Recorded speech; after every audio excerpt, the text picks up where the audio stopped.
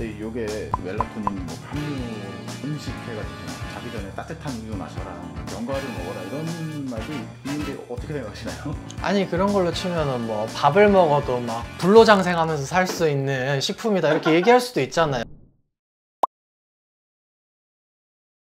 안녕하십니까, 닥터수근 임수근입니다. 저희가 얼마 전에 수면제 티어 메이커를 한번 했었죠. 그때 저랑 남원장님이 극찬을 했던 수면제가 바로 멜라토닌입니다. 그때 저희가 극찬을 했던 이유가 뭐냐, 하나는 안전성입니다. 거의 대부분의 수면제가 크고 작은 부작용들이 있잖아요. 약하게는 머리가 너무 아프다든가, 너무 오래 졸리다든가, 아니면 입에서 쓴맛이 난다든가, 심한 경우엔 본인도 기억이 안 나는 상태에서 사고를 칠 위험성도 있습니다. 그래서 이런 게 두려워서 수면제 복용을 꺼려 하시는 분들도 당연히 많죠. 하지만 멜라토닌은 애초에 호르몬을 보충해주는 식으로 작용하기 때문에 정말 웬만해선 부작용 자체가 없고 내성도 생기기가 어렵습니다. 정말 의사 입장에서는 안심하고 처방할 수 있는 좋은 약이죠. 방금 말했듯이 멜라토닌은 우리의 뇌 깊숙한 송과체라는 곳에서 분비가 되는 호르몬입니다. 주변이 어두워지고 사람이 잘 시간이 됐을 때 분비되는 호르몬이죠. 다만 덕분에 내성과 부작용이 많지 않은 대신 효과도 강하지는 않다는 단점이 있습니다. 불면증이 심한 분들한테는 사실 씨알도 안 먹힐 경우가 있어요. 그래서 대부분 초기 혹은 약한 불면증에서만 적용을 합니다. 아직까지 그럼 선생님이 써보셨을 때 부작용을 호소하는 경우는 한 번도 없었나요? 효과가 약했다 하면 약했지 이걸 먹고 어떤 뭐 특별한 부작용이 있었다 느끼시는 분은 저는 거의 기억이 없습니다. 근데 처방을 할 때 조심해야 되는 건 이게 간에서 대사가 되기 때문에 간 수치가 높으신 분들, 술 많이 드시는 분들한테는 조금 조심하는 경향이 있어요. 그리고 오늘 제가 기능의학 책에서 저도 모르던 문구를 하나 발견했는데, 멜라토닌의 부작용 중 고환에서 아로마타제를 억제하여 정자수를 감소시킨다, 이렇게, 물론 이것도 문헌들을 여러 개 참고를 했겠지만 우리나라에서 사용하는 멜라토닌이 그렇게 높은 용량도 아니고 어떻게 뭐 이런 부작용까지 뭐가 있었겠어요. 뭐 굴을 많이 드세요. 아연이 도움이 됩니다. 그렇다 보니 미국 같은 나라에서는 사실 이 멜라토닌을 전문 의약품, 처방전이 필요하다 이렇게 꼭 사용하는 건 아닌 것 같아요. 저만 해도 예전에 쿠팡에서 멜라토닌 젤리 5mg짜리 함량 젤리가 있었는데 그게 그렇게 맛있어요. 기가 막혀요, 맛이. 그것도 저는 조금 졸리긴 하더라고요.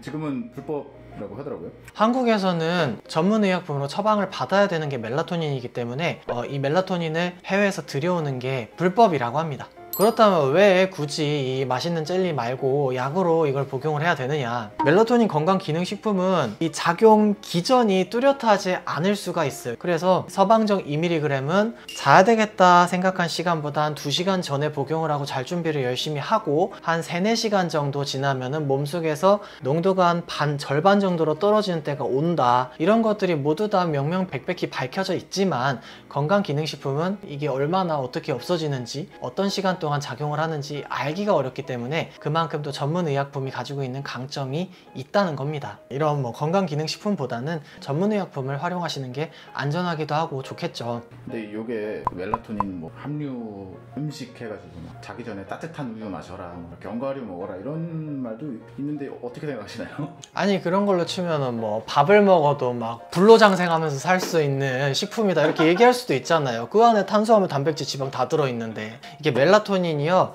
세로토닌에서 생성이 되고, 세로토닌은 또 아미노산 중에서 트립토판이라는 거에서 생성이 돼요. 견과류, 우유, 네, 그 안에 트립토판 들어있습니다. 풍부해서 도움이 될 수는 있는데 그 함량이 중요하겠죠. 그리고 어느 세월에 뭐 지금 치킨 먹고 싶다 했는데 저희 닭 잡으러 간 거나 마찬가지라고 생각을 해요, 저는. 네. 견과류에는 그램당 0.001mg 정도의 멜라토닌이 들어있다라고 이렇게 이해를 할 수 있는 것 같아요. 그래서 한 줌 다 먹어도 뭐 0.003mg, 뭐 어느 세월에 뭐 이거를 도움을 받을 수 있겠습니까? 이걸로 뭐 멜라토닌 효과를 보겠다 하는 거는 틀린 말은 아닌데, 글쎄요, 없는 거보다는 나으려나? 이게 효과가 좀 적잖아요. 네. 모아가지고 한 번에 막 5배, 6배 먹으면은 효과가 그대로인가요? 아니면 일반 수면제는 실제로 그러시는 분들 꽤 있잖아요. 네, 그래가지고 다 효과도 못 보고 막 이상한 행동 하시다가 오잖아요. 간세포가 팡팡팡 터지는 바라바 팡팡팡팡팡 안 좋습니다. 네. 네, 오늘은 또 여러분들이 수면제에 관심들이 많으시니 그 중에서도 우리가 안전하게 내성이나 그리고 기억력 관련된 부작용이 적은 멜라토닌에 대해서 말씀을 드렸습니다. 뭐 약은 어디까지나 영리하게, 그리고 사용을 했을 때 나한테 맞는, 나한테 넘치지 않는 그런 약을 잘 찾아주시는 게 가장 좋으니까요. 이 멜라토닌 또한 만약에 궁금하시고 그리고 정말 약한 정도의 어떤 시차 적응이나 불면이다 하면은 그때는 또 정신과 찾아주셔서 처방을 받아보시고 사용을 해보시는 것도 좋은 방법이 될 것 같습니다. 오늘도 시청해주셔서 감사합니다.